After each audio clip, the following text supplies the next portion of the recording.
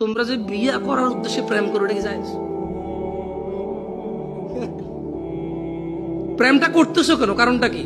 বলতেছো যে না ও ভালো, ও কি ধার্মিক, কারণ এক শুধু আমার সাথে কথা বলার, কারোর সাথে কথা বলে না।